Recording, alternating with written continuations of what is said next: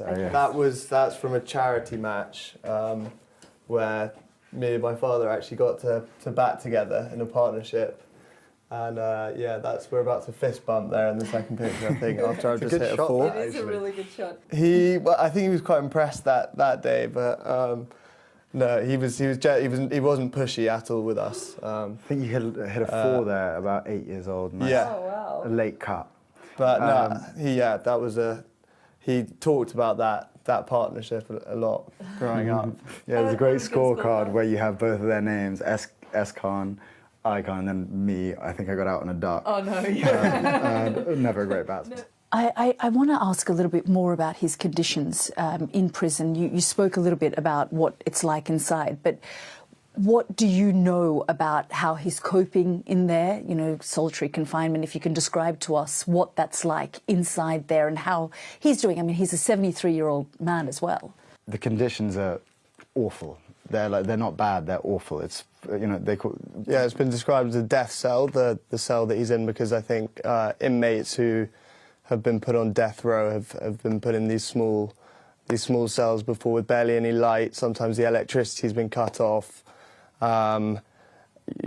Dirty water, as Carson was saying, and yeah, just completely substandard conditions that don't meet international law for any sort of prisoner.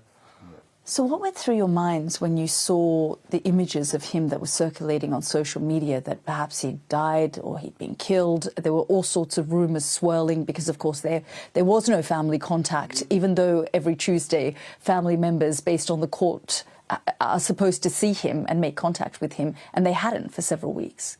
Yeah, incredibly stressful, obviously. Yeah, I went straight onto kind of my family group chat, because that's the only reliable source that we have on the ground in Pakistan. I remember it's just, you know, you go on Twitter and suddenly you see just, you know, Imran Khan dead, his body being transferred to this. It's like, it's obviously very jarring, and it obviously pulls you out of whatever you're trying to do in your normal life, especially how helpless we are over here, not able to do much at all.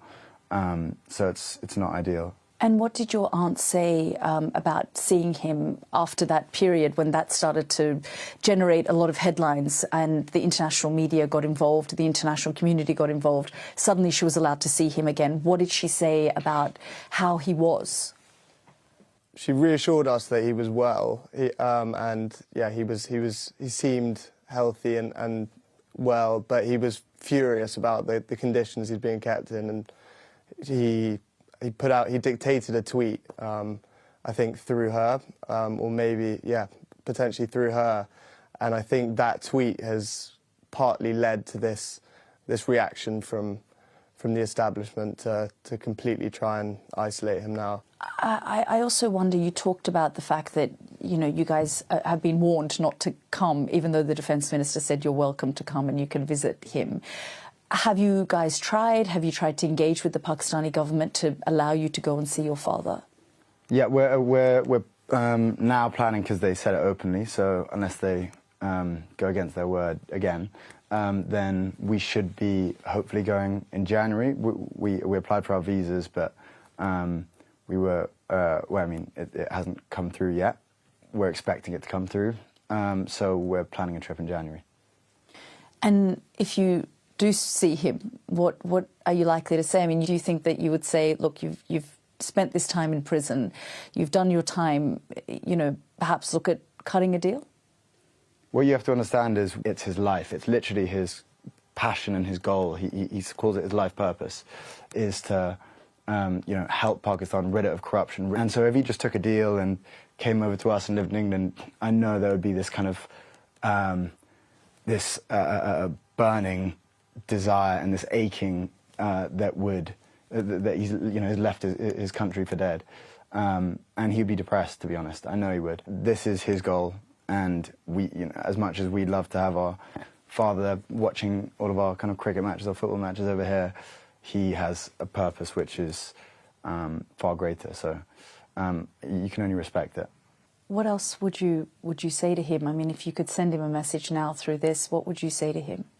It's hard not to speak, just to get desperate. I want to know how we can how we can get him out, how we can help, because the main point is we feel so helpless at this point. I mean, there's so much to catch up on, what we've been doing in the past 6 months, how is life with us, and he refuses always to talk about his conditions. He's like, oh, you know, don't worry about me, how's everything? He wants to just kind of take in, absorb as much about what we're doing as possible, so I guess he has something to think about when he's in there, doesn't want to dwell on, you know, his situation. One of the first things you asked earlier, kind of what we'd speak to him about, one of the first things, if it's not the first question, it's the second question, was always, how is your grandmother, whose house it is here, who he loved, you know, tweeted that he loved her like a mother. We haven't spoken to him since she died only a couple of months ago, and I would love to speak to him about that. You know, he called her his mother after his own mother had passed, and their relationship was so close. So I'd love to speak to him about that. Was he critical of how you guys played cricket? He was actually quite polite. Yeah, he really wasn't. No, he wasn't at all, actually. No, he said, you know, you either have the kind of passion to be professional, and then he would push us, or if we didn't want to be, then play it for fun and enjoyment. And I think he realised it was probably the latter. And we're now we've gone from, maybe back then we did love it, but not to the degree that we would play it professionally. Now we're both kind of obsessed.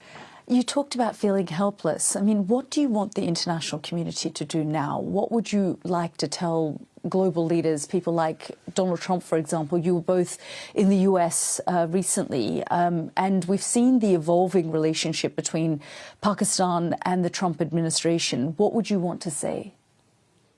I think at minimum just to make sure that the standards of international human rights are being upheld, and right now they're clearly being violated.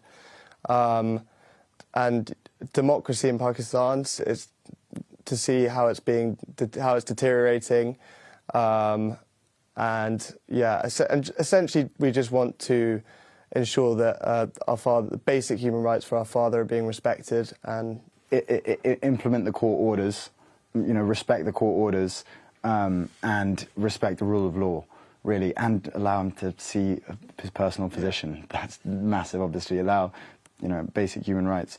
It's those three things. And also, if possible, independent monitoring of his conditions, because we have no idea what it's like until someone goes to see him and speaks to him. So I spoke to a representative of the Pakistani government who said to me, you know, we don't have control over what the jail does and the jail staff and the treatment, and also brought up the 200+ cases of corruption against him and various other cases. How do you react when you hear that from the Pakistani government? I mean, they're all crooks. They are the lowest of the low. They'll do whatever it takes, whether it's torture, whether it's disrespecting democracy and rigging an election. They'll take any sort of deal. They'll and as you see with Donald Trump, they elected him as for the Nobel Peace Prize.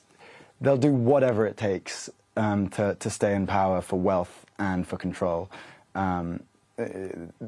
It's the current government and the army they're laughable, and it's very, very clear to see how corrupt they are if you do the slightest digging. So there's not much you can say other than they're just it's a crooked system run by crooked people. Yeah, it's not even digging really. It's the international. I think the international media it's been pretty widely reported that the previous elections in February 2024 were rigged. Their mandate, it's not PTI's mandate was essentially stolen.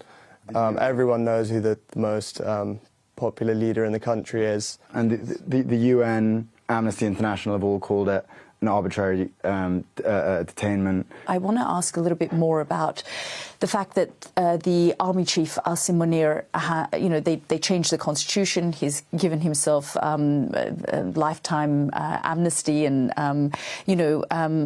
immunity. I just wonder, Imran Khan, if he becomes aware of all of these changes, and he may be aware, it's hard to know.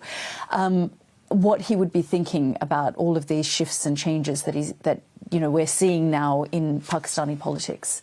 I don't think he'd be surprised at all, because I think it's quite clear that it was heading towards basically what it is now, which is a military dictatorship in everything but name. So I think he probably knows about this already, and part of the reason he's being silenced and isolated is because they know that he's inevitably not going to stand for this. Do you think he'll ever get out?